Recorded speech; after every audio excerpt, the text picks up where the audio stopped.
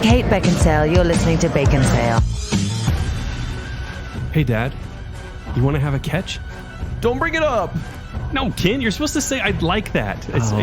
John says back, I'd like that very much. You started off and it made me sad. I'd like that. I'd like that very much, Jake. I mean, son. I'm already crying. This is going to be a sad episode. This is. Welcome to Baconsale. I'm Joel. Oh, no, go ahead, Ken. I'm Kent. And Jacob. I have no emotions, so I'm just fine. This is going to be a rough show. Thank you, by the way, for listening to our 2019 predictions, where we successfully predicted everything that happened this last week, including the Chiefs going to the Super Bowl. Look, we got the Rams right. We came close with the Chiefs. Except for one of the players on the Rams, I think, was injured since like 6 they months called ago. you on that. That was pretty entertaining. Cooper Kupp. Actually, we had a couple people call us on our sports predictions, and then also we had Jim Smith. You know, because I joked around about Tim Robbins being in Howard the Duck. Oh, yeah. And the Shawshank Redemption. Mm-hmm. But he brought up one of the most memorable roles of Tim Robbins of all. Which is? Merlin in Top Gun. What? He's in Top Gun. He's in the back. He's the what was it, like RIO, radar intercept officer. But yeah, he's in the back of Maverick, and he's was in the back of Cougar. Was he a wizard in that movie that I just missed? No, that's Merlin. Look at Tom Cruise now, and look at Tim Robbins now. Like Tim Robbins is still taller. He is still taller. But no, we do appreciate getting feedback, even if it's to point out random roles of people. Because I actually was like, oh, that's right, he was in Top Gun. Totally forget he's wearing a mask the whole time. But so that's thanks for your feedback. Yeah, we appreciate it. But that's not what we're talking about today. What are we talking about today, Jacob? All right, today, gentlemen, we're going to talk about the movies that made us cry, that made us cry like babies, or that made Kent sniffle. I think the extent... Wait, guys, I have something. Hold on. What are you doing? What do you have? You know this is a audio podcast, right? Yep. He's opening... Let me paint the picture. I'm just getting He's ready. opening his backpack. He brought the tissues. He literally has tissues. I just want to be prepared. He did tell us he would be crying. This episode is going to be rough for me because, as we've discussed in the show before, my emotions are very close to the surface. Now, where do you think that comes from? Let's play therapy for a little bit. I think it comes from the fact that I'm in touch with my feelings. Don't just say that you're in touch with your feelings. Like, why are you if you were more in touch with your feelings, you'd understand. Why are you so weepy, though, for real? I think I'm normal. I think you two are the weird ones. Is it with every kid, you just get more and more, like, insane, and you start crying, like, hey, that's no joke. Since I've had a child, I'm, like, more emotional about stuff. You're 100% right. It is so real. Yeah, look how emotional he is right now. 31 kids. Yeah, like, it's getting a lot. No, because you told me you cried in Back to the Future 2? Back to the Future 2. No. It was Batman. Batman Returns. Oh, actually. I don't think Batman Returns got me. Maybe it did. Yeah. But no, I've always been kind of emotional. I really am. Even when you were a teen. When you were a big, loud, annoying teen. Yeah, it was like I'd watch a movie. And how many kids did you have then? Less. I had less Much kids. less. But no, today we're talking about the movies that make us... So you're just going to go away from that point? Yes, I am. Okay. Because I'm going to talk about the movies that make us cry. Yeah. And we were trying to figure out a good way to go about presenting this. And then actually, as I was talking to my daughter, which I'm going to bring up my kids on the show, which is going to get me emotional. He's got the tissues literally at the ready. I do. But no, I was talking to my daughter and she said something, are you going to tear them? And I went, if we don't do that. Yeah. Because we had different plans for the show. We had a category show for a while. We were talking about top 5, it would have worked really 5. well as a category show. Yes. And if you guys enjoy this, maybe we'll do another crying show. Who knows? Another crying show. Like yes. But each of us picked 8 movies that made us emotional. The crying 8 after the hateful 8, I think. I assume, yeah. And then we are going to present them to the others and see what they thought. All right. But hold on. You're going too fast. It's like you want the show to be like a tight hour. I'm trying to be non-emotional. So for me, honestly, growing up, I was a really shy kid and I cried a lot. Literally growing up. Like I had an older brother that teased me all the time, which may come up this season at some point. And I cried a lot. When he's on the show? Maybe, if we do that show. But when I turned like 12, 13, I was like, man, I cry too much. And I decided to stop crying and kind of cut off that part of my emotions, which is why movies don't really affect me in that sad way. I get excited. I will flip the switch. Look, Joel, he's totally done the psychological evaluation. Turn off cry mode. Turn off cry mode for real. And I could get a psychological ovation, but I'm worried it's going to get a little too real. What he's saying is that he's never been traumatized. Do you guys want me to get real right now? Get real. Yeah. I think that because both of you have had trauma in your life, okay, serious trauma, serious loss, that you've kind of buried the emotions a bit more. But if you look at my list, you're going to see a resounding theme, which you've brought up several times. Yes, because I feel that's the emotional pinpoint. Yes, and feel free to bring that up. Honestly, all cards on the table. Like, feel free to bring anything up because But I don't want to get too real. This is a fun show. Bacon's a fun show. It's a crying show. I don't want to cry. It's going to be a little real. So, and Jake, on to you. Like, we've joked that you're a sociopath, right? It's been kind of our joke. You have? Is this behind my back, you jerk? And on the cover Now art he's and going to everything. kill Kent. That's pretty messed up. So, and I didn't even know if you really cried on movies. Like, it's the joke that I have no heart. But with you, you've never really talked about what makes you emotional. My wife was absolutely fascinated to find what movies made you cry. I'm not sure why it's that fascinating. I actually tear up fairly easily. And especially now. But we don't know that. You never bring that up. Well, You don't. on Baconsale, I mean, when am I going to cry on Baconsale? I cry all the time on Baconsale. After the show, everyone, it's so sad. I cry on my way home after you guys have like abused me and called me a sociopath. Us abuse you. You've been on a roll lately. Yeah, you've been a little abusive, Jacob. I've been crying a lot more. But Okay, honestly, what doesn't make me cry? It's true. Yes. So, Leprechauns. leprechauns. Oh, that's not They're it. so little and green. I don't know. But Yeah, that's accurate, okay, yeah. so I do have a question for you guys, though. Yeah. And let's just get a little bit real, but what the heck? Yeah. When you cry, what type of crier are you? Like, are we an ugly crier? Are we a quiet crier? Yeah, like the Oh, that's a loud good question. wailing or like the silent suffering. Do you want me like, to answer first or you first? You first. I'm a silent crier for sure. Yeah? Like very rarely in my life have I cried like where there's any sound going on. Really? Yeah. Like a handful of times. Yeah. Like, but I'll tear up and like I wipe my eyes. Like I did that last night for some reason or another. That's adorable. And the popcorn was really good. popcorn was so good. No, see, I don't ever And you make just that wipe sound. butter grease but in no, your like, eye? No, I'll feel like emotional, and my eyes are water up, and I have to wipe them away, and that happens all the time. But I never vocally, I never almost. You know, the worst is when you're trying to talk and you're getting emotional, Yeah. and your voice starts to quaver. Like, Oh, yeah. Speaking in church, for example, whenever Yes. I hit on subjects that touch close to my That's heart. just Kent's second time through puberty. He knows all about that. No, but I'll sit there and talk about things, and if I hit on certain subjects, I know that I will start to waver, and then I start to get mad. So it's that whole, sorry. Oh, come on. Like I get mad at myself for crying. Promise myself I won't do this. Ugh. For me, I'm a straight up vocal ugly crier, which is maybe why I avoid it. I get Dawson's Creek ugly. Oh, wow. Like, seriously? Dawson's Creek. That's a meme, man. I do this. It's a meme, yeah. I do the face, and I'm like, Crying Dawson. Yeah.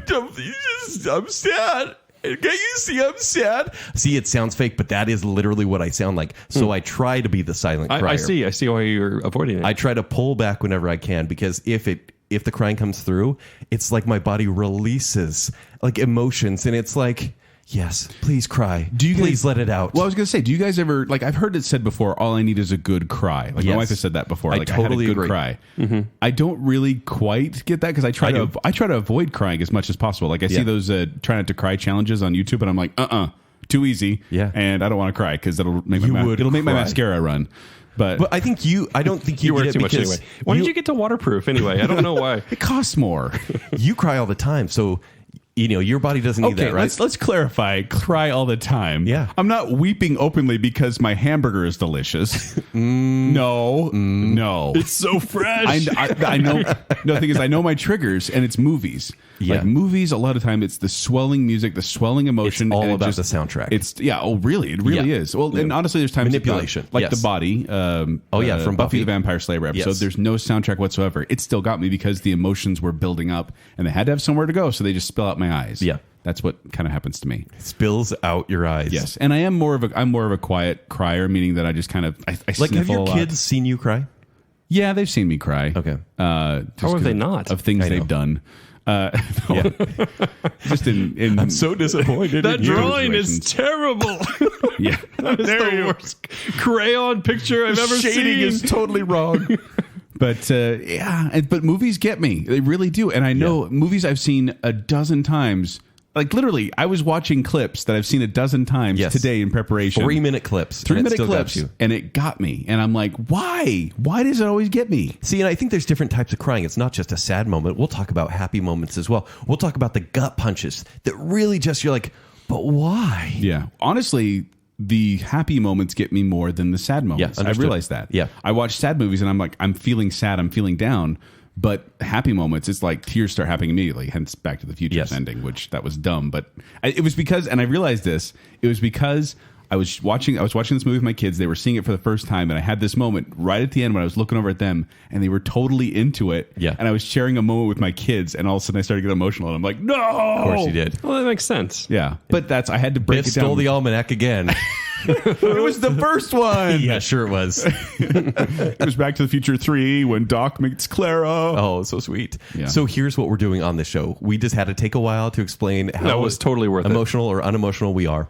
But we are doing tier 1, tier 2, and tier 3. But You need to do the spelling of tear. Yes, You spell- T-E-A-R. Looks like Yeah. tear. and but here's it's the tear. thing. You think tier 3, which is generally our lowest, would mean the most amount of crying. So we're flipping the most it. amount of No. tears. We We're can't- not flipping We it. can't flip it because it would get way too confusing for Kent and I. We're Didn't like, we have a thing where it was like 100 tears? Yeah. Yeah, So 96 if, tiers. if we say tier 1, that that doesn't was just it. mean one tier. That just means, Joel, like, for example, Joel, what does tier 1 mean to you? okay, so tier 1 okay, let's start at the bottom though. Yes. Tier 3 essentially means I understand this is sad. I could see why other people might get emotional. I didn't get as emotional. Like, it's still sad to you. Yeah, but- it's still sad. Yes. I think all the movies we're going to talk about have those sad moments. Right. Tier 2 is I felt sad. Maybe my eyes watered a little. Yes. And then tier 1 is I cried. I full on cried. Not like maybe it goes all the way up to angry or not angry, ugly crying, but Or angry crying. or angry crying. That's how Kent cries. Some people do that. Probably. Like when they get Doing angry, this. they cry. I saw that the other day on social media. So Yeah. yeah. Okay. So So shouldn't one be like crying a lot though? Yes. And Well- then but two is just you're still crying. yeah, like your eyes water, a tear or two will trickle out, but it's not like Okay. full on tears. Right. So yeah. So we're going to go round robin, and we each have our 8 choices, like you said. Yes. And so we're going to go one at a time and explain our movies, and we're going to go ahead and tier them. we are. So get ready. Tear. Tier With tears. Please play along Tier. and get your Shed box your of own tissues. tears. I've got mine right here. I don't have mine, but I'm not. I'll gonna share cry. some. This is a whole box. I'll be fine. This is great value every day. Soft facial tissues. You guys, they're Those not suck. soft. Not a sponsor. If they're great value, Nice. they are not soft. So who's going to start? I'm going to start. Go for it. The first movie I want to bring up is from 2000, and it's The Patriot. So there are a lot of war movies out there, and war movies always have a moment which will bring up at least one that really is it's supposed to make you want to go to war. It's supposed to make you just want to get redemption in some way, or just, and they're generally tragic deaths. But there is a moment in The Patriot, which, if you haven't seen the movie, It's Braveheart in the Civil War. peaceful farmer Benjamin Martin is driven to lead the colonial militia during the American Revolution when a sadistic British officer murders his son. Little spoilery, hey? It's right at the beginning. I know, but still. In this movie, everyone dies. Actually, isn't it like 30 minutes in? It's a little bit ways in. This is a Yeah. long movie. It's a really long movie. Everyone dies in this movie, Not and it everyone. is so... Yeah, they don't all die. a lot of people die. Spoiler alert. I'm going to say everyone dies. You're the spoiler man. Oh, we should have said that. This show is full. This entire show This is show spoilers. is nothing but So you can- spoilers. if you find a movie that you don't want to know the ending of, because we're going to talk about the saddest moments, which usually revolves around a Yes. key plot point, you can jump over that movie and just go to the next one because we have 24 of these to get through. So yeah, this movie came out in 2000. Kent's taken really long at this first one. Well, I'm being interrupted a few times. A few times, guys. Everyone dies in this movie, but there's one scene that no one died, and it's the only scene in the movie. Like, it was all sad all the way through, but it's the only scene that really just pulled the tears out of me. is it I'm when they're the curious. burlap sacks together when he's courting her and stays the night? What? What? what? So I want you guys to remember the moment when Benjamin he decides to go back to war after all this tragedy happens, and he's saying goodbye to his family, and they're all standing in a line, and he's like, "Okay, I'm going to be strong, and you guys be strong too, and take care of your sisters and this sort of thing." And then he goes to his daughter and he says, "Bye. Can you just say something?" Oh, I do remember that and part. she goes, Yeah. she doesn't say anything. He walks away. She hasn't said anything for He's- a long time. Years since her mother died. And spoiler alert, well, go see the movie. He's about 50 feet away, and all of a sudden, his daughter, who does not speak, runs to him. Daddy, please don't go. Please don't go. And the music is swelling. Oh, God. Yeah. And she's crying, he's crying, and I'm crying. I at remember this that. point. It got me Like, too. I got the chills right now. I just thinking of remembered you this. saying that. I was like, oh, that's right. And so for me, this one is a straight up tier 1. And in my, immature teenage brain that still loved a movie like Austin Powers, I lost it. So that is a tier 1 for me. What about you guys? Yeah, well, the scene that got me was actually too much is when I can't remember his name. Discovery Captain kills the Joker. Heath Ledger. Yeah. Discovery Captain kills the Joker. Yeah, that really. I can't. What's that guy's name? Heath Ledger. Jason Isaacs. Yeah, Jason Isaacs. That's right. So no, and he's like crazy. Such a good villain. The camera. He is a good villain, and the camera's like right on his face as he's stabbing him through. And I am shocked as I'm watching this movie. And they just linger right there. And it was almost like too much, but it was so like it was almost not just tears, even though it was like this gut wrenching pain. Yeah, for Heath Ledger. Terrible. Yeah. For Heath Ledger too. Joel, Yes. what about He you? was stabbing him in the gut. Yeah. Yes, there it is. Yeah. And then he burns down a church. So you're giving this what, Jacob? A tier what? Yeah, this was tier 2. Okay. Okay. I gave it a tier 3 because I remember You just got sad when I brought that part up, though. No, but I remember that part. But when I was remembering The Patriot and I read through the synopsis and I was like, I remember being sad that his family had died. Yeah. But I didn't remember that part in particular. And so I gave it a tier 3 because all I really remembered is the carnage of being like, yes, Mel, get your revenge. Yeah. Yeah, but it's that Those were the one best scene parts. that shines. I That know. scene, yeah. And bringing it up, I may raise it to a tier 2. Oh, by the way, we have no limits on this. Maybe I will Yeah. give it a tier 2. But Give it a tier 2. I gave it a tier 3. You want to do 2. I only have so many tier 3s. Let me have at least one. Seems mean. My first choice is going to be. It's one of the early ones. I mean, for me, that I have a clear memory of crying, and of course, I chose a lot of early ones. But this is Tombstone, 1993. I watched it when I was much too young. I watched it when I was like 11 the first time, and That's Kind of pretty a- young to watch Tombstone. But kind of a formative movie when you're 11. it really was. Yeah. It really was.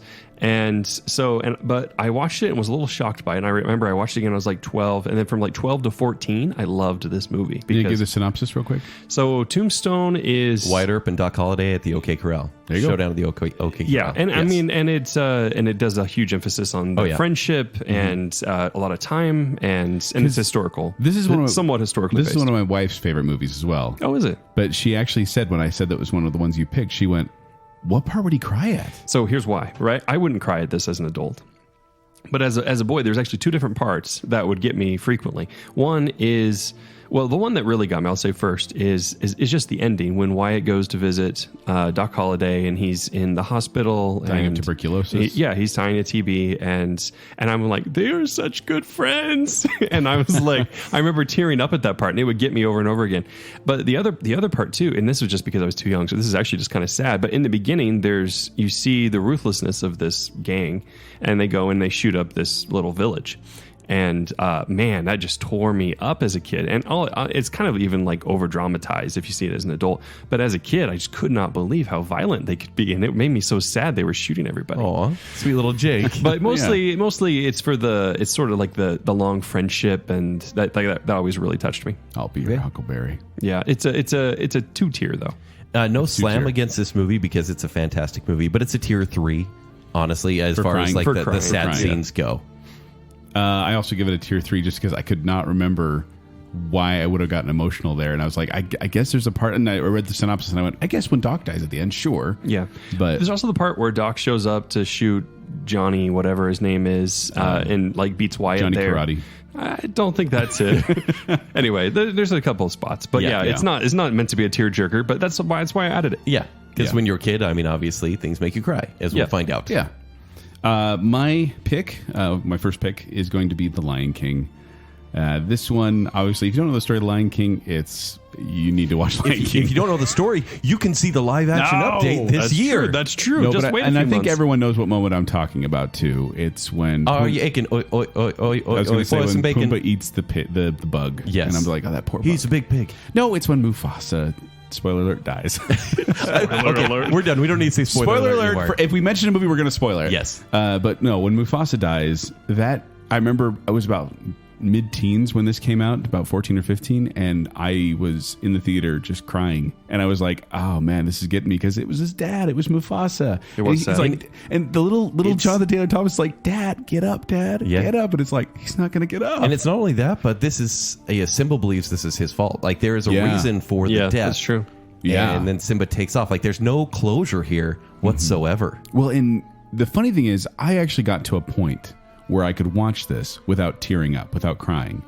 And then I showed it to my kids. And I'm watching the scene, and then I look over, and my oldest daughter is just tears in her eyes. and it got me by the heartstrings. And I was like, oh, here it goes again. So now every time I watch it, I get emotional again. But yeah, Lion King, tier 1 for me. Okay, Kent? tier 2 on that one. Yeah, I figured as much. You don't like this movie as much as I do. I don't. I mean, it's a tier 1 Disney movie, but that's a tier 2 moment because I got a little watery, but that's about it.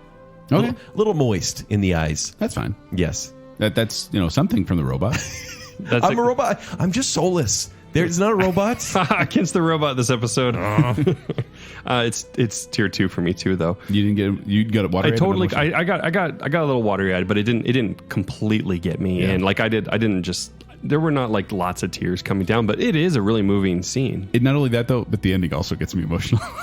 At the end, when Simba finally takes his place at Pride Rock and everything, the rain starts coming. That movie is manipulative because music swells and goes, I'm not going to sing it, but it gets really triumphant, and you go, yes! Yeah. Yes, redemption has come. Yeah. Yes. It gets me every time.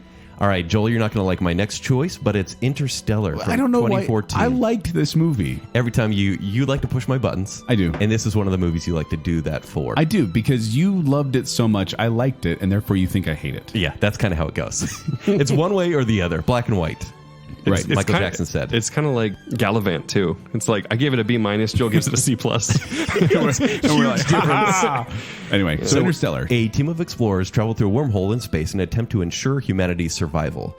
So this movie is purposely full of just these weepy moments of a father saying goodbye to his daughter, his favorite child, essentially. Goodbyes, yeah. Yes, and they're all sad. There's a few really even when they say goodbye in person, but in this movie, after they go to the water planet, and time passes every 1.2 seconds. It's like 23. It's a year. It's a year. That's right. So 1.25 years. seconds. It's a year. So they get back. No, it's seconds, minutes. Sorry. It's not seconds. It's minutes. Yeah. And so they get back to the ship, and the guy that's on the ship says, it's been 23 years. Which that's a gut punch right there. It's a gut punch. And so they're like, okay. And they're trying to deal with it. And then it's like, you have new messages, basically. And they go and check the video messages from their families. And oh my gosh, what happens in this scene where he is checking, like his son starts talking to him and he's like, hey dad, I'm doing pretty well in school and I found this girl that I really like. I'm thinking she's the one. And then you see him, he's like, hey, we just had a kid. And here's the baby. Like, look at this. And then the kid dies. And the son has to explain that on a video. And then he hates his dad for not being part of their lives whatsoever. Mm-hmm. And he's sitting there watching and like seeing the triumphs and the hardships. And then he gets to his daughter, who hasn't written him the whole time. And then finally she just does it to basically cuss him out. Yeah. And he is bawling because he's the same age that she is when she's making that video. And she says, hey dad, we're the same age. This is a good time for you to come home. Yes. And I lose it. Matthew McConaughey, he's 50-50 in movies for me. Mm-hmm. But that scene where he loses it, I mean, it's a meme now. It's become a meme, but you forget how powerful that moment is. Yes. Like with the music going on. And imagine seeing your kids grow up without you. Yeah. And them talking to you about it. Yes. And it's like you've missed their entire childhood. It's like Click. No. What? Nope. Yeah. So, okay. Exactly. Yeah. Sorry, I'm taking Click. way too long on mine, but it's a tier 1, obviously. I'm going to go next. I gave this one a tier 2. Okay. Only because most of the movie just confused me. But this part, well, never mind. No, I did like this movie, Pushing Buttons. But yes. That part, I actually did watch that, and I did get emotional, but it wasn't full cry. It was an emotion. It was like watery eyes. So I'm going to give this a tier 2. Okay.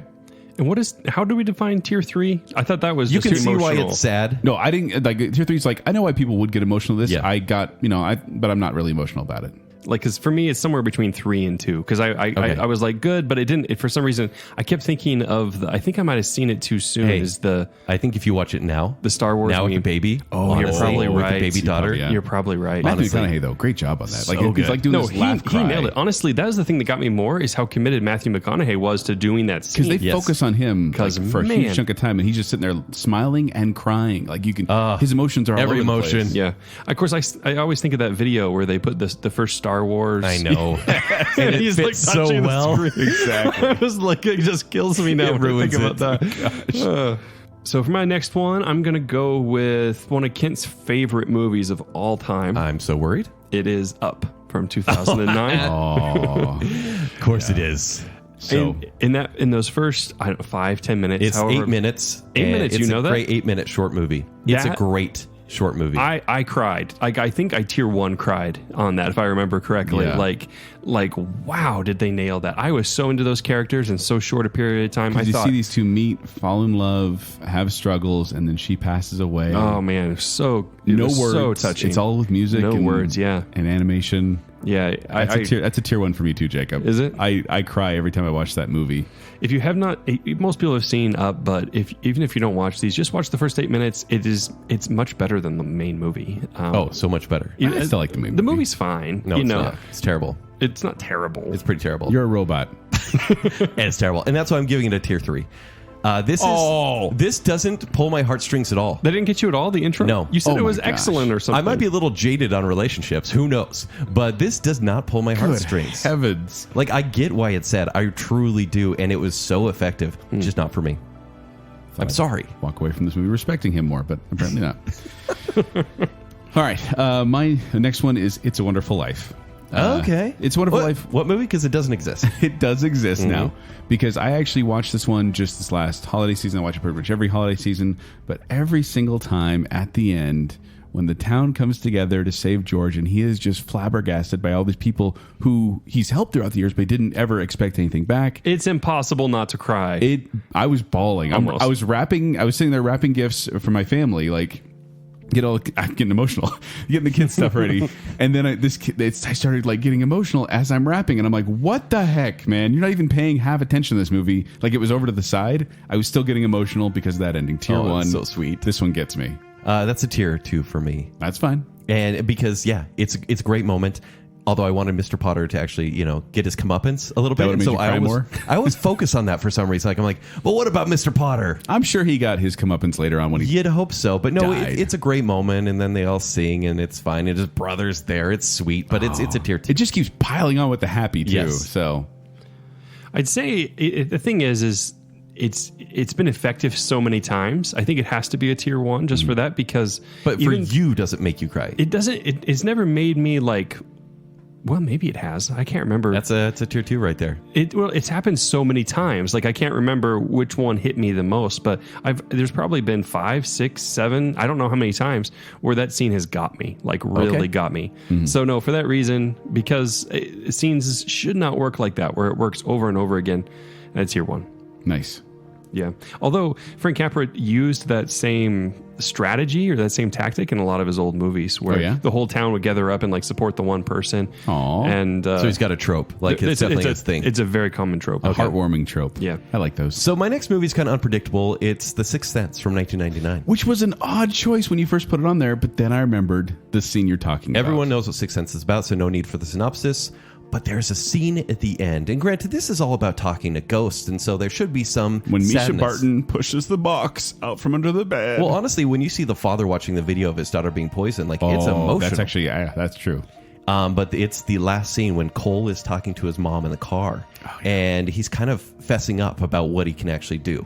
And she doesn't believe him. She says, "Please stop acting like that." And he says, I talked to Grandma. And in this scene, are you ready? Yeah. She wanted me to tell you. She saw you. I'm not going to speak in a creepy voice. She saw you dance. She said when you were little, you and her had a fight right before your dance recital. You thought she didn't come to see you dance. She did. She hid in the back so you wouldn't see. She said you were like an angel. She said you came to her where they buried her, asked her a question. She said the answer is every day. What did you ask?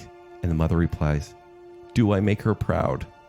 Oh God! Isn't that the way Tony awesome? the way Tony Collette delivers One that, line. Do I make her proud? Yeah, and honestly, she's like weeping openly as she said, like when he says, she says she saw you dance. The look on her face is like she's totally caught off guard. Yeah, she nailed that. Oh, Yeah. so good. So it's a strange movie. It's not a sad movie, but that scene right at the end, after you find out the big twist and everything, still has a gut punch for you. Yeah, but it's like one of those uplifting things too, where it's not like you're feeling sad. So I'm giving this one a tier 2. Okay, honestly, on my end, because it's.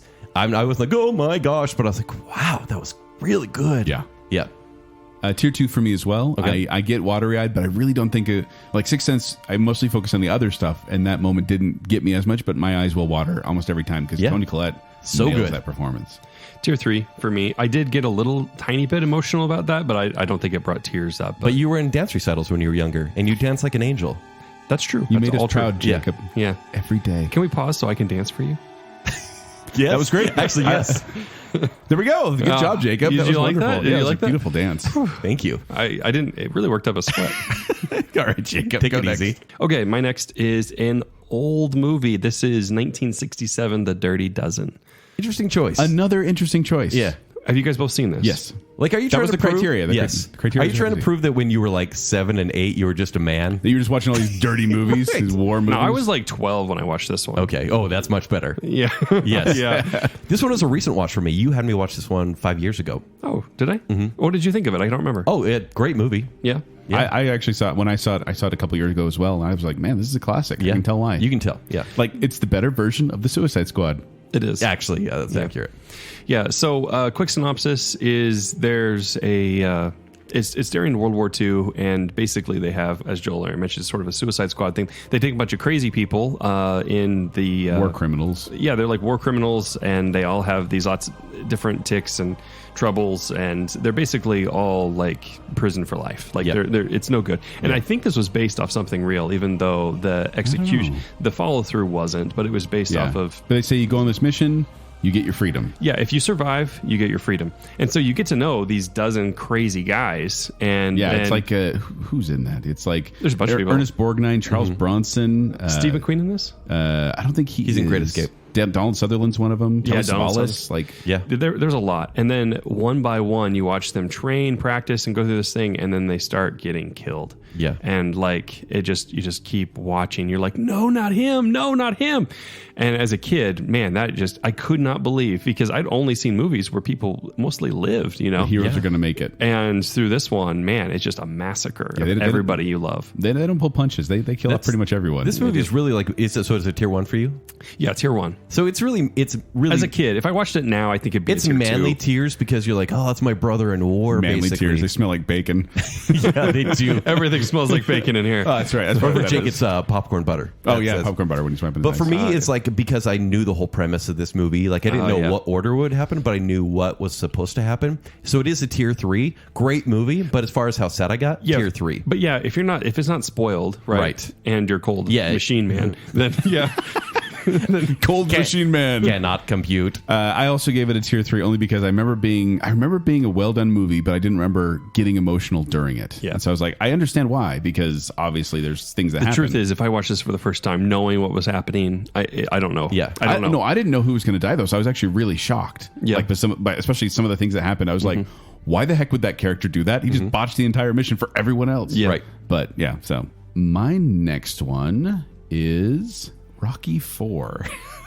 You're Which was picking Rocky really 4 random. and not me? I picked Rocky 4, which is the one where Rocky fights the Russian. Oh, for those most that American don't know. movie of all time. Thank you. Second most American movie of all time. But when Apollo gets in the ring with Ivan Drago, and then gets punched so hard that he dies in the ring, like he's laying there on the ground twitching, and like the medics are running in. And then he's dead. This is Apollo Creed. This is the guy that was like Rocky's opponent in 1 and 2, and his best friend in 3. Yeah, we've seen him in 3 movies. He is one of the heroes of the story. I'm surprised that's the part that I thought it was going to be the ending or something. No. Well, so here's the thing is, so they do the death. And I remember as a kid watching this, because it came out in like 85. So I was probably about 6 or 7 when I was watching this.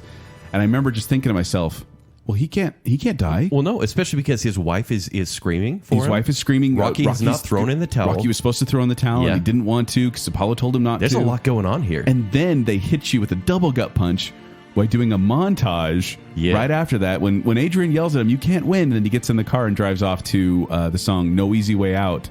And it's this montage of Rocky and Apollo's friendship. The speedo jump. He's driving in a the hugging Lamborghini. scene. Yes. He's wiping tears away. And I remember just crying. I couldn't watch that movie for a while because I didn't want to watch that one scene. Wow. And I can watch it now. I'm okay now. I don't get emotional now. But back as a kid, it devastated me. That's why I'm giving this a tier 2. It's a tier 2. I totally agree. Okay. Love it. It's a great scene in movie history, honestly, even though it's in a silly movie. But it's a tier 2. Tier 3 for me. I mean, that's You never connected? Yeah, I mean, Right. I mean, it was like He always wow. hated Apollo. It was stunning and stuff. But He had a hatred towards the god Apollo, the Roman god Apollo. Oh, is that what it is? that guy did some weird crap. Okay, so he just he deserves that hate. You say that God did some weird crap? Yeah. this season on Baconsale. Yeah. My next movie, I have made no secret of. Apollo's Greek, not Roman. Oh, okay. Yeah, sorry. Yeah, we're going to have some fact checkers out there. My next movie is one I've made no secret of how I feel about this. It's The Impossible from 2012. Holy cow. I've actually avoided this. I haven't seen this one. Oh, wow. Oh, okay. I still had to put it on We the were list. supposed to see all the ones we did. I know. I didn't want to say anything about this one because I don't want to see it, and I didn't want to. You need to see this. You need to Jacob. see this. I'm afraid to. This is one I resisted in the theater because I was a critic at this time and I just never saw it. And so I rented it at home. It's the story of a tourist family in Thailand caught in the destruction and chaotic aftermath of the 2004 Indian Ocean tsunami. So Ewan McGregor, Naomi Watts, Tom Holland. Yeah, Tom Holland is like a 12-year-old. Yeah, little boy. And so the special effects are amazing. They used Everything like feels real so tanks real. of water to Yes. do the tsunami, which terrified Tom Holland. This is a happy tears movie because it's already like it's traumatic. It's a disaster movie. It's not happy tears all the time. There's some really rough moments in this movie. When I lost it, it was happy tears. Okay. Yeah, there's some really traumatic stuff in there as well. But I'm watching this at home on DVD, and I get to the moment where the brothers. So there's 3 brothers, and there's the 2 younger ones that are about to be carted away on some truck to some refuge. Yeah. And then you have the older brother, Lucas, and they all of a sudden start screaming each other's name, looking for each other, and they hear each other. Then the 2 This little is after boys, such a long movie such a long of them movie. not finding each other. The 2 little boys run up to Lucas, and literally the whole scene is them going, Lucas, Thomas, Simon, Lucas, Thomas, Simon, Lucas, Thomas. And they keep running. They finally, they just embrace and hug. And I went, oh my gosh. And I was trying to be tough. I was trying to be a robot. And I was like, okay, hold on. And then tears started welling up. I full on paused the movie and I stood up and I threw the controller down, like trying to like, I got this. And I walked around the house and I said, nope, I'm good. I'm cool. It's fine. And I said, okay. I shook off the tears. This is fine. And I played the movie. Then all of a sudden, this sledgehammer of emotions comes in because then their father, Ewan McGregor, he finds Lucas. Yeah. And he runs and he hugs 3 boys. Literally for 2 minutes, they are hugging. Oh, man. It's Just such a on good screen. scene. And the music is so incredible. I started crying and I paused it and I said, no, please don't. Please don't cry. Just because. And there was no one else there. It was just me, but I was embarrassed to cry.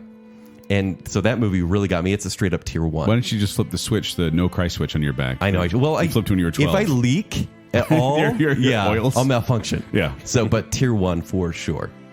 Tier 1 for me as well. This one was where my emotions were all over the place, where I was devastated at certain parts. There's the part when Tom Holland thinks his mom is dead, and it feels so bad for that little guy. And then at the end, when they all get together and they are all hugging, I really had just a breakdown at that point. It was like the culmination that had been building up. All the stresses just kind of came out in the form of tears.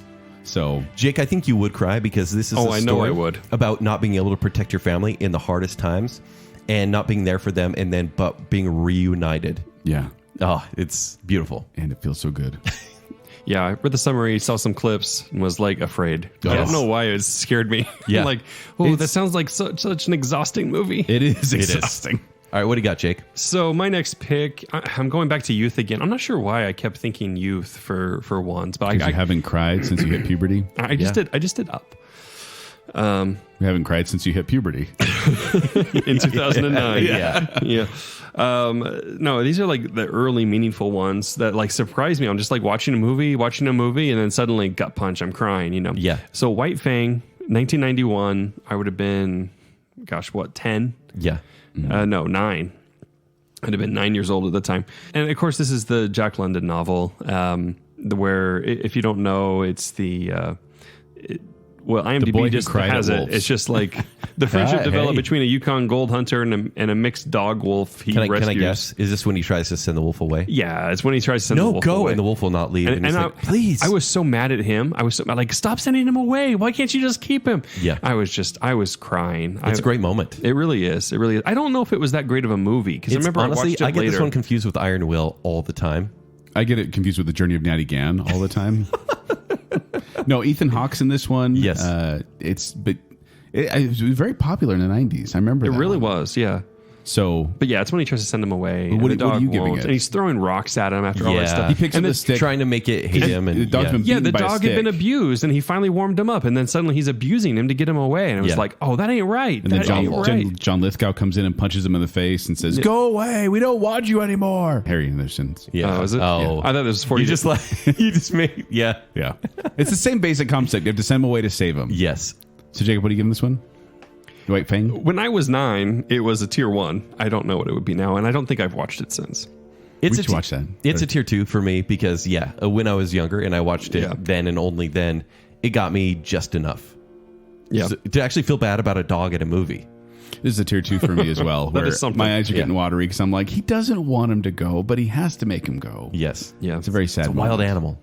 Yeah. Well, he's part domesticated. That's why he's White Fang. Oh, okay. Racist. Yeah, no kidding. That's what they say in the movie. Good heavens. All right. I'm going to go with Moulin Rouge. So Moulin Rouge, Ken just barely watched this recently. As in 2 years ago. Yeah. But this is one where this is a movie that amazed me. Like, as I was watching it, I was like, the editing and just the pacing and the whole movie, I was just enthralled with it. And it's this wonderful, beautiful love letter to love. Like, the whole thing is about love. And it's all about a poet falling for a beautiful courtesan. And then an evil duke comes in and he loves the courtesan. And so they go through this whole thing. Yeah. Where it's he puts every effort in. There's this forbidden love. They have to keep it secret. And then they find out at the end, like the Duke finds out and he's going to kill him. But then it all works out and everything's okay. And they're all happy. Spoiler alert. But then as they're walking away, Satine, who's been dying of tuberculosis. Consumption. Yes. TB the whole time. Mm-hmm. Second time we brought up tuberculosis. I know. I was just thinking that. Yeah. He looks back at her, and then they're happy. They're walking off. Everything's going to be okay. And then she collapses. And Ewan McGregor's performance as he is silently sobbing over her body as she's laying there, and like the whole theater group is just standing around, and then it's all quiet, and then he just breaks into this sob. And I remember just my gut just ripping open at that point, just like I was so sad. And then it has this, kind of an uplifting message at the end of like, it's, the greatest thing you'll ever learn is just to love and love in return. And then it goes to credits and it has this bolero music that plays. And I sat there just weeping openly through the credits because I was by myself. This is in a college dorm. I'm like a college apartment. I'm by myself. And I remember just thinking to myself, I hope no one walks in right now. I really and wish sees me someone crying did. Yes. to Moulin Rouge. Someone did. We have video. Yeah. It's pretty embarrassing. Tier 1 for me, and my nose is running right now. Oh, sure, your nose is running. What about you, Jake? You go first. I want to say tier 2 just to do it a little bit of service because I did find it emotional. I wasn't anywhere near crying though. Right. I was just like, wow, they earned their love. Yeah. And then for it to end like that, it was really depressing. Yeah. And the way he reacted was it was heartbreaking. So I want to give it a tier 2, but they didn't really make me tear up at all. That's fine. You're a robot. Yeah. Love. Ha! It's you just said love. Ha. Joel, the scene you just described sounds very emotional, and it makes a lot of sense that you cried, and I'm all into that, but I have a slight confession. I turned it off before the end. Most people can't get past the first 20 minutes because they are trippy. Yes. 15 minutes. Yeah. But well worth the wait after that. Like, it turns into a normal movie after those first trippy minutes. Yeah, it was. I made it a little bit past that, and then still was. It was like I John didn't get into it. Leguizamo's face in a kaleidoscope for the first 20 minutes. Yeah. And that's too much. You can't be doing that. But that love story, I was so invested in those characters, and then when they were separated at the end, it broke my heart. Yeah. So, Moulin Rouge. All right, my next movie is from 1989, and everyone knew this was going to come up. It's Field of Dreams. How did they know? If you build it, he will cry. An Iowa corn farmer hearing voices interprets them as a command to build a baseball diamond in his fields. He does, and the 1919 Chicago White Sox come. So here's the thing. This whole movie is kind of like, it's a strange movie. It's this character exploration, really. And, it has a lot to do with baseball. It has a lot to do with just a husband and wife relationship. But then even in the end, when kind of like the supernatural happens, and it's really cool. Sam and Dean show up? There's these, yes. Yeah. Nice. Think about that crossover. Actually, they're hunting the 1990 Black Sox team. That's You know what? That's not out of the question with Supernatural. Seriously. Sorry, go ahead, Kit. So here's the thing, like all these, Field of Screams. There you go. Oh, that's got to be an episode. Come gotta on. be in there. Yes. But, the team comes, and it's this big moment. And, yes, the team really did come. But it's his dad is there with all of these baseball greats. And it really is that moment of, hey, Dad, you want to have a catch? And I think anyone who's ever, hopefully played a game of catch with whoever or has any of those nostalgic memories and thinking of a father being passed away, like no one can be blamed for losing control of your eye ducts. Like this, it's a rite of passage to cry. They do their own thing. They ran out. They robbed a bank. Yeah. Yes. Yeah. Anyone. But this No is control it's a over these rite of eye ducts. passage to cry in this movie. I really feel it is. So I'm giving it a tier 1. Can I make a confession? Yeah. This movie confuses me. Well, it's Because the whole It's thing, I'm kinda like, trippy, yeah. Yes. it's just bizarre how they're like so accepting of this randomness. It's like, I heard a voice, so I'm going to build a cornfield. Okay. And then these ghosts show up and they're like, okay, I'm not going to react to this. It's normal. And then at the end, when everyone's lined up, I'm like, what is happening? Yeah. It's still a good movie. well, there's a progression to it. It's not just, hey, he's insane. Oh, I know. I'm obviously, yeah. It's very. It has a boiling down. whole ethereal feeling, though. Yes. Things never feel quite tied to. But you know the most impactful reality. emotional moment for me in this movie was when the little girl gets knocked off the bleachers and chokes. Oh. And then the doctor has to choose to go out and save her and gets she's eating a hot dog and the hot dog gets stuck in her mouth. Yeah. Oh yeah. So every time my kids, like the other day, my daughter fell off, just like a couple days ago, my daughter fell off a bench. She was eating a meatball and she started choking on it. And I immediately, my mind went to this movie and I started like, oh no, but she was fine. Everything's Okay. fine. Phew. Yeah. But this one's a tier 2 for me. Okay. Because I remember the movie, but the hot dog part was the more emotional part, honestly. But the catch with Dad, that is a great moment because Yeah. they've been estranged for so long, and Yes. he doesn't really. He hasn't told him that he's his dad, or he hasn't called him dad. I don't think at that point, or Yeah. something like that. But they decided to play catch, and and it's a it's beautiful just moment. a simple line. It's not like I have missed you so much. It's I mean, when I Guardians of have the a catch. Galaxy Volume 2 did it better, but Field of Dreams did it first. So. Okay. Pushing buttons. Yeah. Jacob, What about you? Tier 2. Yeah, it wasn't a full on tier 1 for me, but you're right. It's so famous, though. Yes. I can Yeah. see why you'd want to make it a tier 1. Although the weird thing is, though, is I remember like sort of the emotions from the movie, but when I try to think about what happened in that movie, it's just like gibberish in my brain. Like none of it quite made sense. It Yeah. was Yeah. like just scattered fragments it's a bizarre of things movie. happening. It feels like it was an experimental movie that ended up hitting the right succeeding. note at the right Yes. time. yeah, totally. that's exactly right. Yeah. And somehow like one of the better regarded sports movies as well, even though it's not a total sports It's movie. really not. Exactly. Yeah. Yes. It's like a regard for sports movie Yes. instead of sports movie. Yeah. Okay. I'm going to go with a very big classic, and I'm sure this probably would have made your guys' list too. I guess I claimed it first, or maybe it wouldn't have, but it's Braveheart. 1995. I should have just opened with this, honestly. But if you don't know, story of William Wallace, of course you do know, because it's Braveheart. And he dies at the end. And because I did not know that, when I watched it, it was particularly shocking when Well, he and he- dies a very, yeah, very that's violent it. death. Yes. But And- not only does he die, that'd be sad enough, but it's the fact The crowd is watching. that he's able to stay strong to what he believes Oh my is gosh. true. No, so he's up there and she tries to give him the poison basically so that he's numb. To dull the pain. To dull the pain. And he's like, no, because he has a great line. I can't even remember. Basically, It's I want to be in control of my faculties. Yeah, it's Yes. like, no, I have to be me. When I'm going down there, I have to be me. And he goes down and then, they do like the little demonstration of what's happening to him, but it's off screen and he still screams out freedom. I'm like, No, honestly, when bursting they're into like, if you tears. just confess, Well- it's all be over. If you just confess, it'll Yeah, all be over. give in, man, And then he's give about in. to say something, Yes. and you're like, here it comes, and then he just yells. But remember, freedom. Don't give in, man. He sees his bride. He sees Yes, his walking wife. through the crowd. Yeah. Yes. Yeah, I got the chills right now. That scene and the music in that movie, Yeah. James Horner, well done. Yeah. It is so amazing. And It's just great. all that together, it's this heartbreak ending, but that's the way the story has to end. Yeah. Beautiful.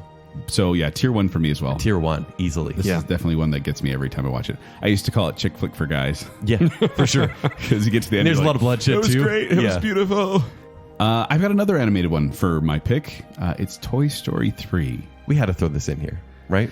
Because I think that, and this is Did definitely you one cry that got during me. this one? Is that why you say that? Because you cried? Kent? It's one of the cliche ones. But this is one where Cliche. it's not one, but two moments that got me. Two? You're Yes. falling into lava and Kent started crying. Kind of. The lava's not that. That's So- not a great scene. No, that part. Really? Here's the thing. I'm going to felt set the it- I scene. felt So it then. Toy Story, all the toys are What? in the trash compactor. They're going down towards hand. this fire pit. That was your hand. And they're all kind of figuring out how they're going to get out of there. And then all of a sudden they realize they're not getting out of there. And Woody just start holding hands. And they're like resolved to die. Wouldn't it be cool if And they actually did for die? that for a split second? Like, I know it's Disney. I know it's a Pixar Yeah. movie. I know it's a kids movie. But for a split second, I went, "Oh my gosh, they're going to die." And I remember getting emotional at like kind of their resolve of like, "We've had a good run, fellas. Let's all go out together." Like, what a way to go. No, Oh, man. there's no way. I knew So, Pixar was going to pull that out. That got me. And Yeah. then at the end, when Andy passes off his toys to Bonnie, and he gives a story for each one of them. Dang it. I really am getting emotional. He gives a story for each one of them as he gives them to Bonnie. And then Bonnie takes them and she's hugging them and they're finally loved again because they haven't been played with forever. Yeah. And then he drives away and has this beautiful pan up to the clouds, which bookmarks the first movie so well, which is why I'm so mad that they're doing a fourth one. The third Joel's movie crying. ended perfectly. Joel's crying. I am. That's so sweet. Apparently, Tom Hanks says the end of Toy Story 4, like he didn't want anyone to be in the room because it's so emotional. If they can cap that, if they can beat that moment, They're in not 3, going to. What if they can? No, Honestly, I've seen what Pixar's churning out lately. They're not going to. It's a great moment because we all have that. Like the series is meant to just play on our nostalgia, wiping it away. Good job, Joel. I am Yes. getting emotional. Goal accomplished, and you did it yourself. Well, that was Braveheart right into Toy Story. I know. I always It's pushed like, over. come on, guys. Yeah. Give me something dumb. But I would give this one a tier 2 because I got that emotion as well. I didn't well up with tears though, because the whole 99% of the movie kind of soured me on everything. I didn't like the movie, and then I was like, "What a great moment!" Like that was a great moment. Little misty eyed, but that's about it. But still very emotional. Engage, misty eyes, must appear human.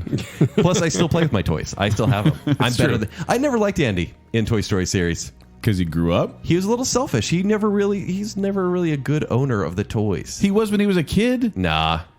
Then he put away the childish things and became a man. And then they got misplaced all the time and same plot. Anyways, Jake? I have to say, and this is going to sound strange because I know I'm in the minority here, but Toy Story is probably the only Pixar movie I've seen where I didn't emotionally connect with the characters. Why? Really? I don't. You're made of plastic. I should like them. Yeah. Yeah, I don't know why, but even then, I'm like watching Toy Story 3. I don't care about the characters. I think it's a well done story. It's a well done movie. I don't care for some reason, and it still gets me when they're going into the lava. Yeah, I like how you say lava. I can't remember what it was. It's a fire, essentially. fire, But yeah. I just picture them like near a volcano or something. That makes me laugh. Yeah, Tom Hanks has been I there. need to laugh. Ugh. You ready to laugh? Because my next movie is Big Fish. Gosh dang it. A frustrated son tries to determine the fact from fiction in his dying father's life. The show is So exhausting. Billy Crudup, Albert Finney, and Jessica Lange in this movie all are fantastically cast. It's a great cast. In this movie, it does stretch the imagination as the dad won't stop telling these exaggerated stories and the son is so tired of it. But then at the end, and this is a major spoiler, but that's what this whole show, the father is like dying on his deathbed, and the son, who doesn't care about what his dad is doesn't like like the basically done stories. to He him. hates the stories. He thinks he kind of wasted his He's childhood. like, you lied to me. There's no reality to it. Yeah, everything you told me was fake. He starts finishing the story. The dad says, you got to finish the story for me. And he does. He reluctantly starts, and then, oh my gosh, he gets into it. And so Will sits by his father's bedside. And you see him tell the story by the Yes. side of the bed, but then you're also seeing the story they're telling. Yes. And it's this amazing scene where you're like, wait, did it really happen? I got the chills right now. Did it really happen? Because it's showing all these characters in this kind of fantasy world. And then at the funeral, you see the real people behind the stories, and the son realizes, my dad, we exaggerated, but man, this is all based on something. Like, for example, in the fantasy, he talks about these conjoined twins, Yes. who were in the circus, and they were then just regular twins, At the right? funeral, they're just twins that look a lot alike. Or the giant, who was just really, really, He's really tall, tall. but he's not that tall. Yeah. But just the fact that this son was finally able to just realize the love he had for his dad, and sadly, it was on his deathbed. Well, and the thing is, like, he's carrying his dad to the water. Yes. And like Effortlessly. they're meeting all these people in the past. So it's like this flashback to all the things that happened in the movie. And the music, Danny Elfman did this amazing score. Like, it's called Finale. It's like 11 minutes long. And I just listen to the music. Yeah. And I start getting emotional Yeah, because definitely. I can hear it all in my head of what's happening. This is one of the best endings I've seen in a movie because it is so emotionally satisfying. Right. So this is a tier 1, easily. Oh, easly tier 1 for me too. I bawl like a baby every time I watch this movie. Every time I watch this movie, I want to call my dad and tell him I love him. You're right. Love you, Dad. What about you, Jake? It's tier 2 for me. Oh, but look at Joel. I know. He's wiping his I eyes know. again. I feel Shut really- up! I feel you really don't have to point it guilty. out every time. Play by play. My voice isn't quavering. I'm doing a good job at holding that in. They can't see the tears. I will tell him. So tier 2. Yeah, tier 2. It is good. It totally it brings up some emotions, but it's not like a home run for me. Okay. This one gets me. Yeah. Tier 1, definitely. All right, my next choice is Where the Red Fern Grows, 1974. Now, I'm actually going to Old rely... Yeller or Where the Red Fern Grows? Where the Red Fern Grows. Okay. Actually, I don't even recall watching Old Yeller. I do. We all did in school at one point. I feel I'm surprised like I none of you had put it on to. your lists. yeah. I feel like I had to, but I don't remember. I think it. Jacob cried at Old Yeller because he had to live out Old Yeller. That's probably So true. true. No, He that's shot so many Did of you his get dogs rabies in the face. at one point? This is. I might have. I wondered actually sometimes if that was going to happen. Tetanus, I bet your mom too. wondered. Rabies and tetanus. Based on the mom those were show. always concerns. Yes. So Where the Red Fern Grows, Jacob, what's the... You please tell us because you watched it last night. I did. Okay, so here's the thing.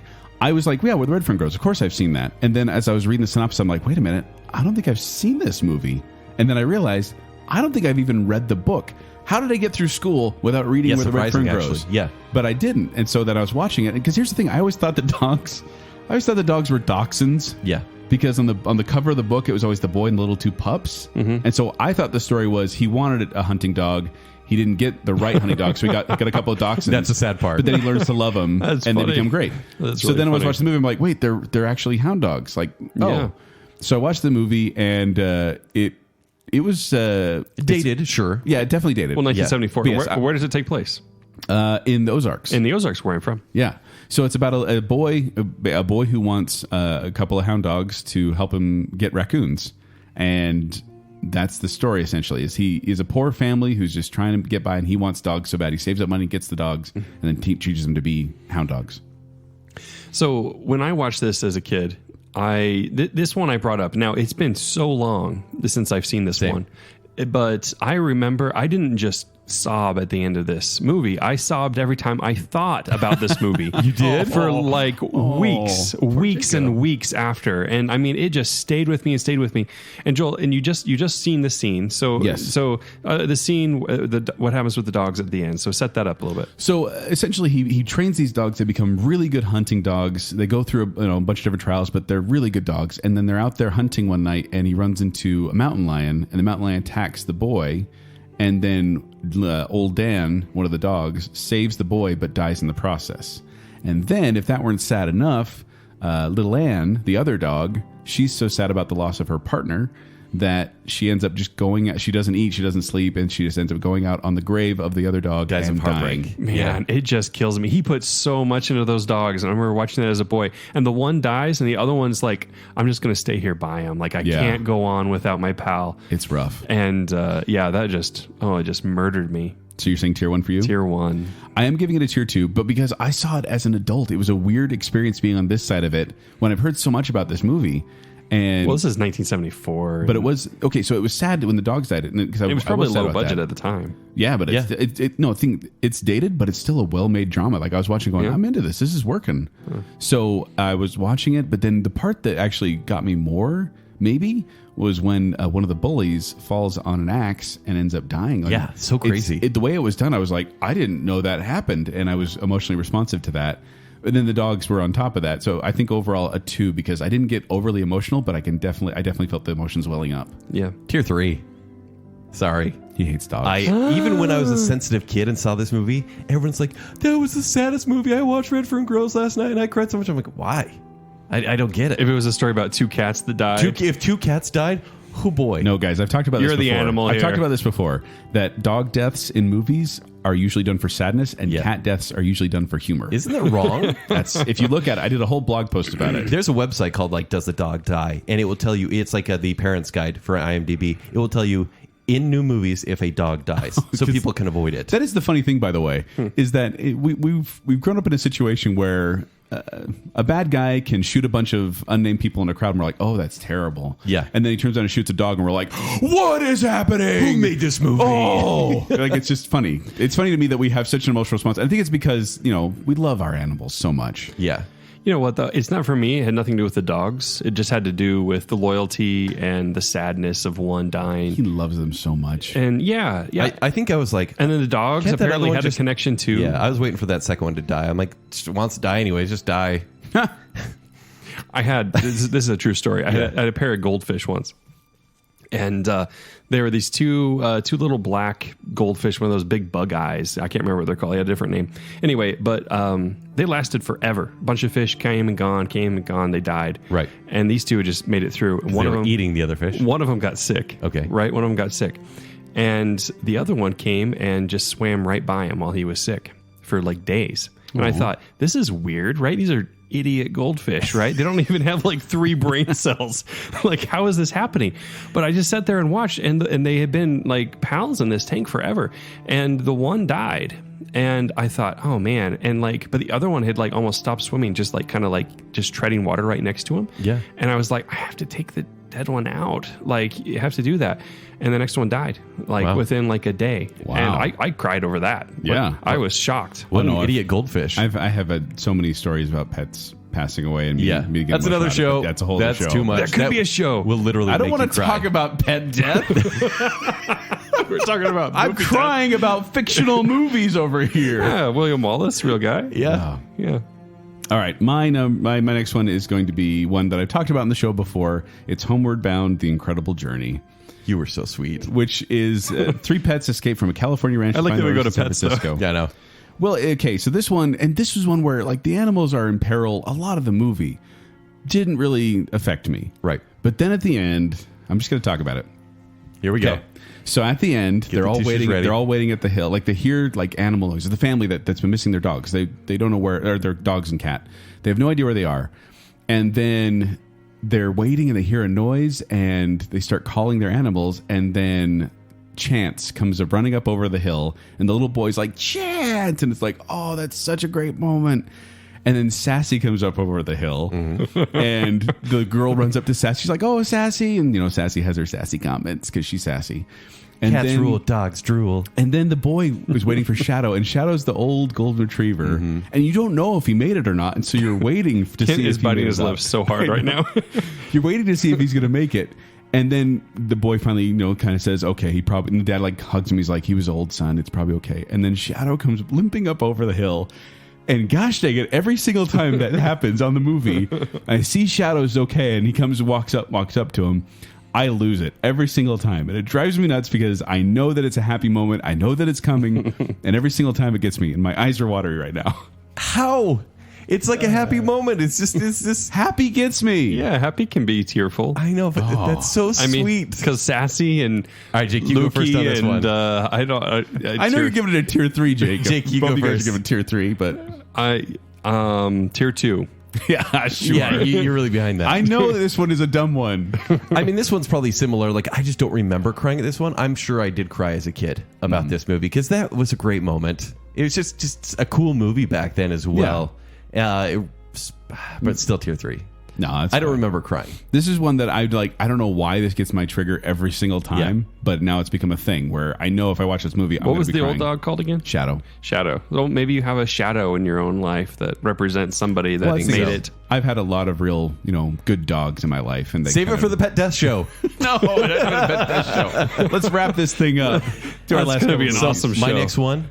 If we hold on together, the land before As long time. as we got each Stop that. other. So everyone should know the land before time. Synopsis not necessary. We had a whole talk about it on our non-Disney animated Yes. show. It's a little similar to how Lion King goes because early in the movie, Littlefoot's mother explains the Great Valley Yep. and how majestic it is and how brave you need to be to go there. Really, really early in the movie, she dies, but she's dying, and Littlefoot finds her. And these are the lines. He's like, Mother, because he's looking for her. Please get up. I'm not sure I can, Littlefoot. Yes, you can. Get up. Dear sweet Littlefoot, do you remember the way to the Great Valley? I guess so. But why do I have to know? You're going to be with me. I'll be with you, even if you can't see me. Oh man. What do you mean if I can't see you? I can always see you. Littlefoot, let your heart guide you. It whispers, so listen closely. Mother? Mother? And then Dies. Skrillex kicks in. Imagine, Kent, they're just dogs. I'm out. But if they're animated brontosauruses, brontosauruses, this They don't exist. Grant. So I was 7 when I saw this movie, and I probably had my Pizza Hut puppet of the Land Yep. Before Time characters. Remember those? And man, this was one of those movies. And with that song that I butchered as well, it just rings true. And I heard that song recently at a wake, and I lost it. And it seemed almost out of place when I first heard it, but I heard the song. And granted, I was at a wake as well. I started crying. Just, that combined with childhood memories and, actual death in life. I was like, holy cow, that was so effective. And that scene, it still gets me. I probably couldn't watch it now and be like, oh, okay, I can do this. Tier 1. Yeah. Jacob? Man, is it weird? My eyeballs are sore. Like they keep like sparking, like me, like It's 'cause starting tears to cry. are trying to come out and it's right like now. it hurts. It hurts. Let in it there. flow. Tier 1. Yeah, that it got me obviously too as a kid. It's a really, really effective moment. Joel, I'm actually giving this one a tier 2. Wow. Who are you? Well, I don't know, like because I watched this one fairly recently. Remember how I now Joel, imagine this is about dogs. well, yeah, I mean, it's Tier sad. 1. No, it's sad. My eyes got watery. I'll be with you even if you can't see me. That What- line right there. Let your heart Obi-Wan? Is that you? Yeah. No, but I showed this to my kids fairly recently, a couple years back, and I forgot about the mom in the opening. Really? And we started watching it. And I was like, oh no, yeah, that part. And I look over, my kids are kind of concerned. I'm like, hey, let's try another movie real quick. They were a little too young for this. This is a few years back, but we watched it later on. They're okay with it. But really, I think more about Ducky. I think more about Petrie and the funny things. So this one I gave a tier 2 because it wasn't as emotionally scarring to me. You know what's actually sadder than this movie? The Land Before Time 9. The return of his mom as a zombie Jokes. dinosaur. Zombie dinosaurs. Why haven't we done that yet? Come on, that's a sci-fi original movie. I'm doing that. English teacher John Keating inspires his students to look at poetry with a different perspective of authentic knowledge and feelings. Oh, Captain, my Captain. Oh, Captain, my Captain. What a weird summary, IMDb. Our fearful trip is done. This is Dead Poet Society, right? Dead Poet Society, 1989, starring Robin Williams, Ethan Hawke, and Robert Sean Leonard, remember him? Yeah. So what's the Yeah, moment? yeah. Would you say it's the death, or would you say it's the final moment when the class has to say goodbye? It's when the class stands up and does the "Oh Captain, my Captain." Right. Yeah, that's what got me Because they're like, sit down, sit down. The death is like it's hard, but then it's like when that happens, then it's like Then it's man. a chain of events that leads to him actually having to leave the class. Yeah. And they all stand on their desks, which SNL is kind of ruined now. I was just going to say, SNL skit. But no, it is amazing. And like granted, this will be something those kids remember their whole lives. And These fictional kids? These fictional kids, right? Yeah, I guess that's that the is thing. the impact it has. Is it's like wow, what an And impact. they'll never see this man again. 'Cause you This want teacher that they as a had. kid. Yes, Yeah. that changed everything. Yeah. So, Jacob, you were giving this tier 2. I'll agree with you. It's a tier 2. Tier 2. Because I remember being really sad during it. Yeah. But I don't remember, like, crying. Yeah. But that ending definitely is one where you feel so, like, you just feel like Robin Williams. You feel like those tears brimming in your eyes. Like, You feel shell-shocked because it doesn't feel fair. yeah. It's like, It doesn't. That's it. No. That's the real thing. Yeah. But it's more just like they give him that little glimmer of hope. And Right. it's like, okay, things are going to be okay. Exactly. It's like, man, he has really been like wronged here, and then it's like, okay, he's got that. Like the kids Yeah. know, and he knows yeah. he made a lasting impression forever. And listener, if you have not seen the SNL skit and have seen Dead Poet Society, look it up. Yeah. It's pretty entertaining. My number 2 is one I don't think I've ever talked about on this show before. It's Slumdog Millionaire. You never talked about the Never show. huh? mentioned this I one, have. huh? No, so this one, I'll read the synopsis here. A Mumbai teen reflects on his upbringing in the slums when he is accused of cheating in the Indian version of Who Wants to Be a Millionaire. Directed by Danny Boyle. This is one of my all-time favorite movies, and there are many, many parts you could get emotional at. There's some really heart-wrenching A lot stuff of separation that happens to in poor this movie. kids. Yeah. And it's a really hard movie to watch for the longest time. And I'm going to spoil the ending here, but at the end, he finally Jamal is finally able to find Latika at a train station, which they've been trying to meet. He's been waiting there for her. They finally meet each other, and they start walking towards each other. He's trying to get to her, and all of a sudden, this music comes in. It's called Latika's theme, and it's a beautiful kind of there's a humming behind it, and then it starts showing the path that it took Jamal to get there, from when he was a kid to when he was an adult. And even though it's only been a 2-hour movie, I feel like it's like real people. It puts you through the ringer as the viewer. And you're It really watching does. this, and also knowing that some of these kids actually came from these slums, Right. And you see just the journey he took to finally be with his love of his life again. It gets me every time, and then they finally share a moment. They're able to be with each other, and then it breaks into happy dancing. Like even during the Jai Ho number at the end, I was crying because I loved the movie so much of where it ended up. Even though it was a hard journey, it was worth it in the end. Jai Ho always gets me too. No, it does not. It's a jubilant moment, but it does Yeah. take me out of the movie. It's almost a celebration of the culture. It's at an that point. homage to the Bollywood as But well. it's an exclamation point that almost ruins that moment for Except me. for, here's the thing, at the end when they have the little kids dancing together and Yeah. holding hands, that got me again. But it's almost like you just saw a play, and here comes the cast. Yeah. And they're all coming out to get the It was standing, the standing ovation. theater lover in me, but Yeah. I love so that. for me, that's a tier 2. I think it's a wonderful moment. It's an excellent movie, but I didn't really like lose it. I just went, wow, oh man, they really put a lot of effort into this and to find each other. Yeah. Yeah. I'll go tier 2. Okay. Thank you, Jacob. Yeah. Thanks for being sensitive to my emotions, guys. I'll give it tier 2. I like that you guys want to give it tier 2 so you don't hurt my feelings. I know. I don't cry if my feelings are I've hurt. had tier 3s. You've been crying enough on this show. I know I have been. Yeah. My number one. Sorry, Number one. My last one, and this is my number one. This is like the joke of all jokes because I can't stop talking about this movie. It's The Never-Ending Story from 1984. I love this movie for so many reasons. I do feel like it's this meta fourth wall breaking movie that is just, it's dated, and I don't think kids would really like it watching now, but I feel like they should. My kids watch it. Well, Do they like I it? make them watch it. Okay. We And all that's stand the- between that and Labyrinth. Okay, and it's like maybe slower. It's definitely an 80s cheesy fantasy, but I watch it now and I'll just be like, I didn't notice that before. That's really cool. But I'm digressing. It's the moment where Atreyu is walking through the swamps of sadness with Artex. I've never heard him talk about this. Have you? I Ever. don't think so. So I was probably 7 years old, and I saw this, and they're going through the swamps of sadness, and they'd already been like warned about the swamps. But the long journey was too much for Artax, and he starts sinking. And like I just get chills. I see Atreyu just trying to convince Artax to keep moving, and then like it's kind of like playful, and then he starts to panic, and the horse keeps sinking. And this is a strong horse, but it's been too much. And I actually copied down the screenplay here, but it really is just Atreyu going, "Come on, boy! Like what's the matter? Artax." Now And you imagine hear if it's his- a dog. See, and it's not the same. That's Gamork. No, I was Gamork- waiting to use that line. Horses and dinosaurs, yeah. No, but not dogs. For some reason, like I'm not even a horse guy, but when Artax dies in this movie, I lost it, and I still do. I still will just hear the music, and it's not like triumphant music. It's not overwhelming percussion. It's just the gloomy synthesizer. music. Yeah.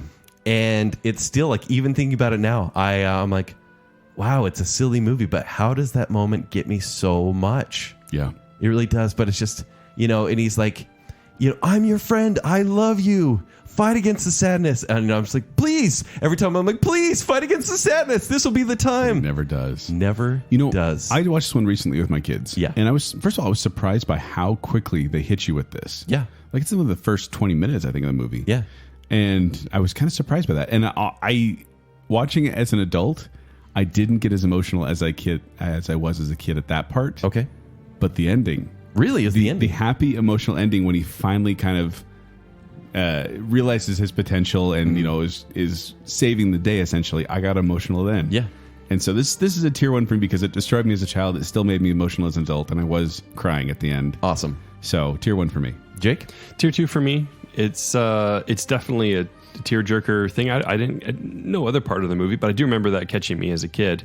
And although it didn't, I'm not giving it tier 1 just because it hasn't had that lasting impact that it's had on you. But Okay. it definitely caught me as a kid. Yeah. And I remember some previous episode where I made a lot of jokes about that horse dying. Yeah. I can't remember what they were though. By the way, but- Noah Hathaway almost died in that scene. Yeah, they were actually they Yeah. were pulling down we talked about this on Yeah. the Never Ending Story show, but Yes. they had a little elevator going down, and his leg got caught in it. He got pulled into the mud. He Yeah. was unconscious. Horse is They had to fine. pull him out. really is scary. He almost Yeah. died. So Jacob, what's your last movie? My last movie is from 1997. It is called Life is Beautiful. Oh boy. And I watched this in a film class in college and was just stunned. So I you- mean, All the way till college. So you waited a few years to see I this had one. never heard of it, actually. I I didn't hear about it in the 90s. I didn't watch it. I remember when it came out. So this is what? So 97? 97. And I was at my cousin's in Vegas, and they're like, hey, we need to go see this movie. It's a subtitled movie. And, when you're a teen, you're like, nah, don't need subtitles. I'm going to watch Austin Powers. But yeah, exactly. Yeah. But then when you see the movie, like everything changes. Yeah. Oh, man. I mean, this if you don't know, Life is Beautiful, it's this comedy drama And it's this Italian comedian, right? Yeah, like Roberto Benigni. what's his last name? Roberto Benigni. Benigni, and he co-writes this, I know, and he's a Jewish Italian bookshop owner who basically uses his imagination. It's a love story and a comedy in the first half where he has meets his wife, has a child, and then World War II starts. The Nazis start taking over, and he uses his sort of buoyant personality and his imagination to basically trick his child into feeling like none of these horrific things are happening. Yeah. All the way to his death. Well, so here's the thing. And it is just heartbreaking. I learned about this movie because of the Academy Awards. It won Best Foreign Movie. And me and my friend were like, hey, let's go see it. You know, we hear it's good. It's a comedy. Right. We had no idea it was a drama. Oh. So we're in the first half. We're like, oh, it's just silly fun. Ha, ha, ha. And all of a sudden it got real. It got really and real. After the movie was over, I remember it was just... Are you crying? Dude, No, are you crying? No. Dude, I was pissed. I was pissed at that movie. I was almost throwing stuff. I was like, you did not just shoot him. Like, Honestly, you are in there's trouble. a moment where it's just one soldier in him. And honestly, you think, retaliate. Everyone's getting away. Yeah. Retaliate. You got this. No, that's- But his son sees him, and he sees his son. That's the heartbreaking part, is that it's ending. They're almost done. Like the raid is coming Yeah. in. The Almost camp is going to made be it. demolished. And then he's walking away and he sees his son and he ends up just doing this goofy walk to keep the lie going so his son will feel safe and Yeah. not scared. Oh, I got the chills. And that it is a father that really hit me like, Yeah. holy cow, that's a big sacrifice. Speaking of which, because this is the lone World War II Holocaust movie represented on this list, which we can name any one. Oh, yeah. I watched Boy in the Striped Pajamas in research for this, Yeah. and it killed me the other That is day. rough. I was like, oh my gosh. That is a rough movie. I know I plenty didn't of watch other this for so movies. long. Well, yeah. Schindler's List, of course, Of is one course, that I cried through almost that whole thing, but I'm like, Yeah. I don't want to know if I want to bring that up in Baconsale. It gets a little heavy on a show about death. Yeah. Human death, not pet death. That's coming later. Yeah, pet death is later. Yeah. All right, my last one. Gosh dang it, you guys. We should have just had the pet death show. My last one Dinosaurs included. is About Time. So About Time, the synopsis is, at the age of 21, Tim discovers he can travel in time and change what happens and what has happened. Let me try that again. At the age of 21, Tim discovers he can travel in time and change what happens and has happened in his own life. And so essentially it's about a guy who learns that he can travel through time. Yeah. And all they do is clench their fists and go into a closet and they can travel somewhere in their own timeline. But as the story progresses, like it's a beautiful story. Like it's kind of, it's funny, it's quirky, stuff happens with time travel, it's entertaining. But then there's this moment when he finds out that his dad is going to die, and there's kind of this rule where if they go back too far, they can alter the timeline and change their present, which is dangerous. Right. So he realizes after his dad passes away, he's not going to be able to go back and like talk to him anymore. Like they have this connection. And then he talks to his dad about it, and his dad doesn't want to get all emotional, but finally he says, hey, what if we're really careful, we might be able to pull this off. Yeah. And they go and have like the perfect day just together, skipping rocks like when he was a boy, and it's his day on the beach. And the whole time I was watching it, I was like, oh man, this is killing me. Yeah. Like just ugly crying during that part. But it's such a happy moment. And I Yes. get to the end and you're so hopeful. And it's such a great message at the end too. I got to stop crying because I'm sounding like I have a cold right now. No, it's one of those moments where it gives absolute closure. It's something that most people don't get, honestly. And you get to see a boy living out, a boy, maybe, if you've lost your father, the fantasy of one last meetup. One last perfect day together. One last perfect day. Oh, man. Amazing. Absolutely amazing. That movie is height of emotions, whether it's like pure hilarious, it's confusing, scary, and then just Sad. so sad. But then it's also just so hopeful. Like at the end, you want to be a better person. Like at the end of that movie, it has such a great message. If you haven't seen About Time, I highly recommend it. It is but the few edits will make that easily PG-13. Right. Tier 1. Tier 1. Tier 1 for me as well. It's just for the amount of times that movie got me. Oh, It's, well done. Well done, About Time. All right. Okay. Well, Joel, will you hand me a tissue? yes, you can have a tissue. There you go. No, but this is a weird episode for Baconsale because I know I'm not laughing as much, but I am crying. But no, thank you for listening to this. Let us know. Looking for a downer? Listen to Baconsale. Don't let this be the one you share with your friends. I know. But no, let us know what movies got you emotional. And you can even give us a range of like this one's a tier 2, but still I wanted to bring it up because you guys didn't. Right. So let us know. We have a Facebook page. We have a Twitter page. We have Instagram. Any of those, baconsale.com, anywhere you want to talk about this.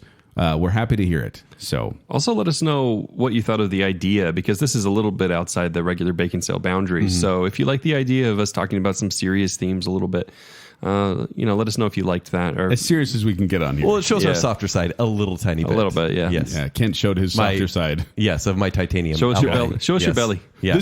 This part over here is gold. It's a softer alloy. Exactly. But thank you for listening. If you want to find me, you can find me at 76Joel on Twitter, or you can find me performing with Quickwits. They perform every Saturday night at the Midvale Performing Arts Center. For more details, go to qwcomedy.com or go to the Quickwits Facebook page. If you want to find me on Twitter or Instagram, it's at Kenny3DD. If you want to remember movie reviews, it's ShowtimeShowdown.com. If you want to find me on Twitter, you can find me there at Jacob A. Rogers. But make sure that you definitely do go check out Baconsale on Twitter at Baconsale, and on Instagram at Baconsale there as well. If you want some Baconsale merchandise, that's tpublic.com/Baconsale. We've got lots and lots of stuff there, and there's updates to that fairly regularly now. We're having fun with it.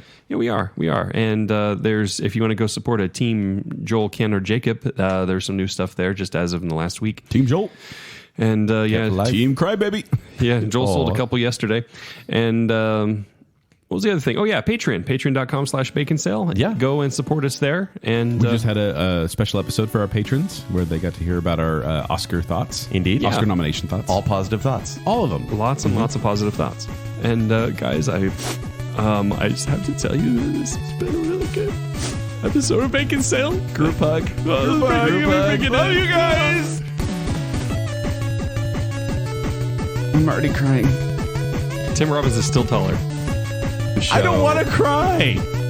I mean, when am I going to cry on Baconsale? I cry all the time on Baconsale. Leprechauns. Leprechauns. Oh, that's funny. They're so little and green. I get Dawson's Creek ugly. They're great value. Nice. They are not soft. We're waiting for the bathroom plumbing to stop. A little moist in the eyes. I might be a little jaded on relationships. Who knows? Can we pause so I can dance for you? Cold Machine Man. Cannot compute. That guy did some weird crap. Okay. You haven't cried since you hit puberty. Dang it. I want you to cry. No. Please. Fill it up in tear juice. Engage misty eyes. Must appear human. I'm giving you a hug. No. Please? I don't want a hug. This is weird, right? These are idiot goldfish, right? They don't even have like 3 brain cells. Sassy has her sassy comments because she's sassy. They're just dogs. I'm out. My eyeballs are sore. Dude, the deer here are nuts. They're just staring at us. There's a third one. There's a third one. How did they get this close to the bacon cave? I know, they're like chilling. They're like, hey, can we record? Is this Baconsale? We're fans. Kent, grab your rifle. Save it for the pet death show.